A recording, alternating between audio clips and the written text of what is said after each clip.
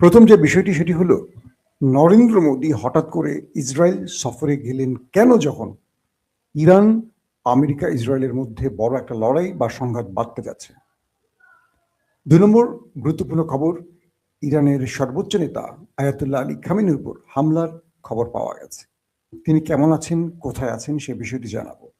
৩ নম্বর, ইরানের মিসাইল নিয়ে এখন পর্যন্ত টেনশনে আছে দখলদার এবং পশ্চিমা দুনিয়া, যে কারণে তারা সময় সুযোগ করে এখনো ইরানে আক্রমণ করতে পারছে না, কারণ ইরানের পাল্টা প্রতিরোধের আশঙ্কায় তাদের মূল ভয়ের কারণ। চলেন আমি 3টা প্রসঙ্গে আজকে আলোচনা আপনাদের তুলে ধরার চেষ্টা করছি। প্রথম, নরেন্দ্র মোদী এই মুহূর্তে কোথায় আছেন? তিনি ইসরায়েলে আছেন, অর্থাৎ গতকালকে তিনি ইসরায়েলে পৌঁছেছেন। তিনি যখন ইসরায়েলে পৌঁছন এবং ইসরায়েলের পার্লামেন্টে তিনি উপস্থিত হন, তখন তাকে করতালি দিয়ে পুরো ইসরায়েলের পার্লামেন্ট মেম্বাররা বরণ করে নেয়। দৃশ্যটা অদ্ভুত এবং অভূতপূর্ব। কিরকম? ইসরায়েলের পার্লামেন্টে নরেন্দ্র মোদী যখন যান এবং ইসরায়েলের সকল পার্লামেন্ট সদস্যরা মোদি মোদি বলে এইভাবে এইভাবে এইভাবে করে তালি দিতে থাকেন, যেন ইসরায়েল তাদের সবচেয়ে বড় পরম বন্ধুকে পেয়েছে, যেটা তারা Donald Trump, Joe Biden, Bill Clinton কিংবা তারপরে আমরা যদি দেখি মিস্টার বারাক হোসেন ওবামা, তাদের ব্যাপারেও এরকম দৃশ্য আমরা দেখিনি। কিন্তু নরেন্দ্র মোদীকে এমনভাবে সংবর্ধনা দেয়া, এমনভাবে বরণ করার দৃশ্যটি সত্যিকার অভূতপূর্ব। ইসরায়েল এবং ভারতের মধ্যে তাদের যে সম্পর্কটা, গভীর বন্ধুত্বটা, এটা আবার প্রমাণ পেয়েছে। আসলে উদ্দেশ্যটা কি? একদিকে পাকিস্তানকে শত্রু ভাবছে দখলদাররা, একদিকে ইরানকে শত্রু ভাবছে, পুরো মুসলিম বিশ্বকে শত্রু ভাবছে, তুরস্ককে শত্রু ভাবছে, কিন্তু বন্ধু ভাবছে ভারতকে, বন্ধু ভাবছে আমেরিকাকে। কারণটা কি? নরেন্দ্র মোদী সেই পার্লামেন্টে বলেছেন, আমরা ইসরায়েলকে বন্ধু রাষ্ট্র ভাবি, শুধু ইসরায়েল নয়, আমরা ইসরায়েলের দুঃসময় বা ইসরায়েলের যে কোনো বিপদে সবার আগে তার পাশে থাকবো। কখন এই কথাটা নরেন্দ্র মোদী বলছেন? যখন ইরানের উপর যে কোনো সময় আক্রমণ হতে পারে। তার মানে ইরানের এক সময়ের খুব কাছের মিত্র ভারত আজকে ইসরায়েলের মাটিতে দাঁড়িয়ে বলছে, ভারত ইসরায়েলকে যে কোনো বিপদে সাহায্য করতে চায় এবং ইসরায়েলকে রক্ষায় যে কোনো পদক্ষেপ ভারত নেবে।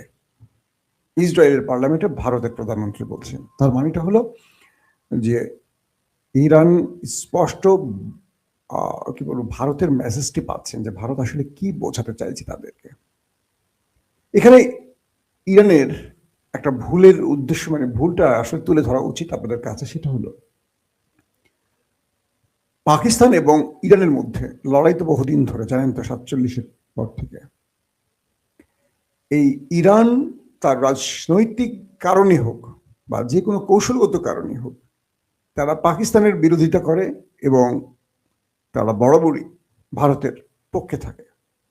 এবং ভারত এই ইরানকে ব্যবহার করে আফগান এবং ইরান সীমান্ত দিয়ে পাকিস্তানকে বারবারই উত্তেজিত করেছে। পাকিস্তান অনেক আক্রমণের ঘটনাও ঘটেছে এবং আমরা দেখেছি যে ইরান সবসময় যে কোনো ইস্যুতে পাকিস্তানের বিপক্ষে দাঁড়িয়ে তারা দাঁড়িয়েছে ভারতের পক্ষে। এই ইরান, যে ইরানের কথা বলছি, আজকে সেই ইরান খেয়াল করে দেখেন যে কি ভাগ্যের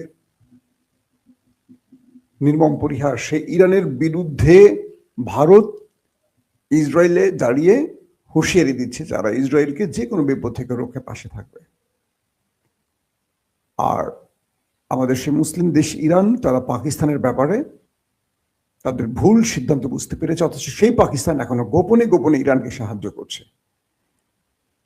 ইরান তার কি বলবো ভুল বুঝতে পেরেছে, নাকি ইরান তার কৌশলে কোনো পরিবর্তন এনেছে জানি না। যদি ইরান তার ভুলটি বুঝতে পারে, আমার মনে হয় এটা ইরানের জন্য সবচেয়ে বড় পাওয়া হবে। কারণ এই পাকিস্তান বা এই তুরস্ক ইরানকে এখন যে সাপোর্টটা দিচ্ছে, এটা ইরান কল্পনাও করেনি। অথচ এই ইরান এই কি বলবো আপনাদের তুরস্কের মধ্যে বহুবার বহুত কুকাজ করেছে। এখন পর্যন্ত তারা সুযোগ পেলে তুরস্কের বিরুদ্ধে কাজ করে এবং তুরস্কের এরদোয়ান সরকারের বিরুদ্ধে ইরান তার সর্বোচ্চ গণমাধ্যম ব্যবহার করে। কিন্তু এখন পর্যন্ত তুরস্ক ইরানকে সাপোর্ট দিয়ে যাচ্ছে। আমেরিকা এবং ইসরায়েলের বিরুদ্ধে। আশা করবো ইরান এবার আর অকৃতজ্ঞ হবে না। আসেন 2 নম্বর খবরটি। 2 নম্বর খবরটি হলো যে ইরানের সর্বোচ্চ নেতা আয়াতুল্লাহ আলী খামেনি, এটি গতকালকের খবর, একটু বাসি হয়ে গেছে, বাট আমি আপনাদের দেইনি, বাট এটার অনেকগুলো সংযুক্তি খবর আছে, সেটার একটু আলোচনা আনতে হবে, সেই জন্য এটা বললাম। ইরানের সর্বোচ্চ নেতা আয়াতুল্লাহ আলী খামেনির যে বাসভবন বা রাষ্ট্রীয় ভবন, এখানে এমইকে নামে একটি সশস্ত্র সন্ত্রাসী গ্রুপের হামলার খবর পাওয়া গেছে।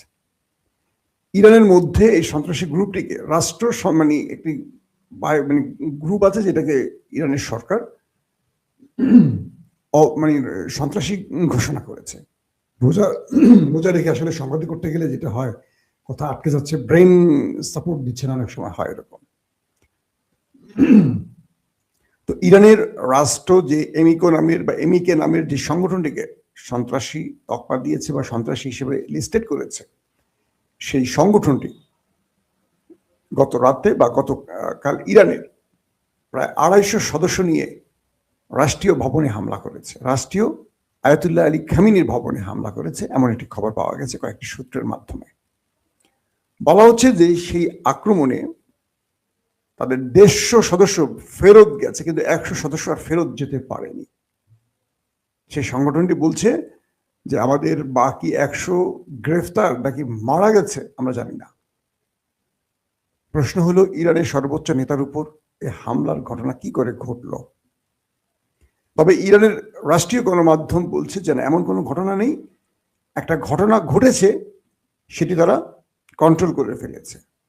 তবে কয়েকটি সূত্র বলছে ইরানে ফজরের সময়, সুবহ সাদেকের সময়টিতে ব্যাপক ধামাকা শোনা গেছে, ব্যাপক বিস্ফোরণের আওয়াজ পাওয়া গেছে। তার মানে হলো যে এই ঘটনার সত্যতা আছে। ইরানের গণমাধ্যম তো সবসময় আপনারা জানেন যে সেন্সর, এখানে রাষ্ট্রের অনুমতি ছাড়া খুব একটা গণমাধ্যম তাদের খবর প্রকাশ করতে পারে না। এখন বিষয়টা দাঁড়িয়েছে এরকম যে ইরানের সর্বোচ্চ নেতার জীবন সবচেয়ে বেশি হুমকি, সেটা আমেরিকা বা ইসরায়েল শুধু নয়, তার দেশের ভেতরে একটা বড় বিদ্রোহী গ্রুপ লেগে গেছে তার প্রাণনাশের জন্য। বলা হচ্ছে আয়াতুল্লাহ আলী খামেনি তিনি বাসায় থাকেন না, তিনি শেল্টার জোনে চলে যান। তার জন্য গোপন শেল্টার জোন তৈরি করা হয়েছে, তিনি রাষ্ট্রীয় কাজে উঠে আসেন। এই তথ্যটি পেয়েছে গোয়েন্দাদের মাধ্যমে আমেরিকা এবং ইসরায়েল।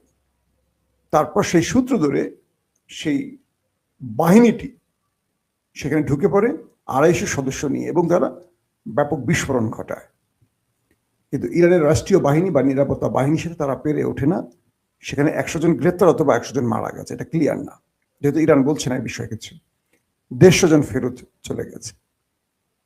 বলা হচ্ছে যে ইরানে যারা রাষ্ট্রীয় গুরুত্বপূর্ণ ব্যক্তি, যারা খামেনির সাথে মিটিং করেন, তারা প্রকাশ্যে আসেন না, তাদেরকে বিশেষ একটি জায়গা থেকে চোখ বেঁধে আনা হয়, শরীরে থাকা সকল ডিভাইস সরিয়ে রাখা হয় এবং খামেনির কাছে এনে খামেনির সাথে বৈঠক করানো হয় এবং চোখ বেঁধে তাদেরকে সরিয়ে ফেলা হয়। কারণ কোনোভাবে তারা যেন বুঝতে না পারে খামেনি কোথায় আছে, কোন অবস্থায় আছে, সেটা কোন জোন, কোনো ডিভাইস থাকে না তাদের সঙ্গে, যাতে তারা বুঝতে না পারে সেই ডিভাইসে যে তেহরান থেকে বা ওইটার লোকেশন বা জিপিএস কতদূর। তার মানে হলো শত্রুর হাত থেকে খামেনিকে রক্ষা এই মুহূর্তে ইরান তার সর্বোচ্চ সিকিউরিটি ব্যবহার করছে, এবং খামেনিকে হত্যায় শত্রুরা সর্বোচ্চ চেষ্টা করছে। অর্থাৎ একটা পক্ষ রক্ষায় চেষ্টা করছে, একটা পক্ষ হত্যার চেষ্টা করছে। বলা হচ্ছে সেই যে গ্রুপটি, সশস্ত্র গ্রুপটি হামলা করেছে, তাদের নেপথ্যে আমেরিকা কিংবা দখলদারদের হাত রয়েছে, এমনটি ইরানের পক্ষ থেকে দাবি করা হয়েছে। দর্শক, ইতিমধ্যে হিজবুল্লাহর প্রশংসা করেছেন ডোনাল্ড ট্রাম্প। পাশাপাশি হিজবুল্লাহ ঘোষণা দিয়েছে যে ইরান এবং ইসরায়েলের মধ্যে যদি কোনো যুদ্ধ বাধে, তারা নিরপেক্ষ অবস্থানে থাকবে, অর্থাৎ তারা কোনো পক্ষে দাঁড়াবে না। কিন্তু যদি ইরানের সর্বোচ্চ নেতা, ধর্মীয় নেতা আয়াতুল্লাহ আলী খামেনির উপর কোনো আক্রমণ হয় বা তাকে জীবন নাশের চেষ্টা করা হয় বা জীবন নাশ করা হয়, সেক্ষেত্রে হিজবুল্লাহ তার সকল শক্তি নিয়ে ঝাঁপিয়ে পড়বে। এবং শুধু ঝাঁপিয়ে পড়বে নয়, হিজবুল্লাহ যতক্ষণ টিকে থাকবে তারা শত্রুর বিরুদ্ধে সেই লড়াইটা করবে। তার মানে হিজবুল্লাহ বলে দিচ্ছে তাদের মিশনটা বা প্ল্যানটা, সেটা হলো ইরান ইসরায়েল লড়াই হলে তারা চুপ থাকবে, কিন্তু আয়াতুল্লাহ আলী খামেনির উপর যদি কোনো হামলা হয়, এটা হিজবুল্লাহ মানবে না। তারা বলছে যে আমরা একযোগে আমাদের সকল মিসাইল ব্যবহার করব, এতে আমরা টিকে থাকি পৃথিবীতে কিংবা না থাকি। আমরা শত্রুর পুরোটাকে, মানে আমাদের পুরো শক্তিটাই শত্রুর বিরুদ্ধে ব্যবহার করব। তার মানে হিজবুল্লাহ বোঝাচ্ছে আয়াতুল্লাহ আলী খামেনি তাদের রেড লাইন। এই রেড লাইন যারা ক্রস করবে তাদের জন্য তারা সর্বোচ্চ গজব নামাবে। এখন ইরানের উপর দখলদারদের আক্রমণ বা আমেরিকার হামলা পরিকল্পনাগুলো বারবারই পরিবর্তন হচ্ছে। কখনো মনে হচ্ছে যে কোনো সময় তারা আক্রমণ করবে, কখনো মনে হচ্ছে তারা একটু ভয়ে বা হিসেব নিকেশে ভুলভাল করার কারণে সেটাকে শুধরে নিচ্ছে। সাম্প্রতিক সময় অনেকগুলো খবর এসছে এবং এমনও জানা গেছে যে ইরান এমন কিছু মিসাইল প্রস্তুত রেখেছে যে ইরানে আক্রমণের সঙ্গে সঙ্গে ইরান আমেরিকার সবচেয়ে গর্বের জায়গা, তাদের যে এয়ারক্রাফট ক্যারিয়ার আব্রাহাম লিঙ্কন, এটাকে ধ্বংস করে দেবে এবং মধ্যপ্রাচ্যে থাকা ইরানের আশপাশে যতগুলো টাওয়ার সিস্টেম অর্থাৎ রাডার সিস্টেম আছে প্রত্যেকটাকে ধ্বংস করে দেবে। ইরান বলছে যে মধ্যপ্রাচ্য এবং তাদের পার্সিয়ান গালফে অথবা উপসাগরীয় অঞ্চলে আমেরিকার যে জাহাজগুলো আছে, ওয়ারশিপ কিংবা তাদের যেই কি বলবো যে আকাশ প্রতিরক্ষা সিস্টেম সহ বা তাদের সকল ব্যবস্থাগুলো যুদ্ধের জন্য যেগুলো তারা টেনে এনেছে সিরিয়া থেকে ইরাক সীমান্তে, আরো সৌদি, বাহরাইন, আরব আমিরাত, কাতার, কুয়েত, জর্ডান, যে অঞ্চলগুলোতে আমেরিকার ঘাঁটি আছে, একটা ঘাঁটিও নিরাপদ থাকবে না, প্রত্যেকটা ঘাঁটিতে আক্রমণ করবে ইরান একযোগে। আর ইরানের পক্ষ থেকে এটা বলা হয়েছে যে তারা আক্রমণের প্রথম ধাপই তারা শত্রুকে সর্বোচ্চ প্রতিঘাতটা করবে। মানে আমাকে আক্রমণ করবেন, আমি আপনার সাথে আলোচনা করবো, এটা হবে না। ইরান আর আলোচনা করবে না, আক্রান্ত হবার সাথে সাথে ইরান জবাব দিবে, সেটি ইরানের পক্ষ থেকে বলা হয়েছে। তারা বলছে যে আমরা পূর্বের মতো একইভাবে এবার আমাদের শত্রুকে মোকাবেলা করব না, আমরা নতুন আদলে করব। আমরা বারবারই আলোচনা চেয়েছি কিন্তু শত্রু আমাদের সাথে আলোচনার নামে হামলা করেছে এর আগে। তো এবার আমাদের উপর হামলা হলে আমরা সেই হামলাটা মোকাবেলা করব আমাদের শক্তিমত্তার উপর ভিত্তি করে। তার মানে আমেরিকা এই বিষয়টি বুঝতে পেরেছে যে এখন ইরানের উপর হামলা হলে ইরান যে পাল্টা জবাব দেবে এটা লম্বা যুদ্ধের দিকে টেনে নেবে। আর আমেরিকা আসলে এই সময় লম্বা যুদ্ধ করতে চায় না, তারা সংক্ষিপ্ত একটা আক্রমণের মাধ্যমে বিজয় তুলে নিতে চায়, যেটা ইরানে হয়তো তারা পারবে না। যে জন্য আমি কালকে পরশুদিনের খবর আপনাদের বলেছিলাম যে ইরানের বিরুদ্ধে মার্কিন জেনারেলরা আসলে যুদ্ধ করতে চাইছেন না। সিআইএ প্রধান, তাদের joint chief of staff chairman, তারা প্রত্যেকেই ট্রাম্পকে বলেছেন এই যুদ্ধ থেকে বেরিয়ে আসতে, আলোচনার মাধ্যমে সমাধান খুঁজতে। দর্শক, আজকের মতো বিদায় নিচ্ছি, প্রত্যেকে ভালো থাকবেন, আল্লাহ হাফেজ। ওপেন দাইস মানে সত্যকে সত্য বলা, মিথ্যেকে মিথ্যে বলা। আমরা শোনা কথা নয়, চোখে যা দেখি তাই বলি।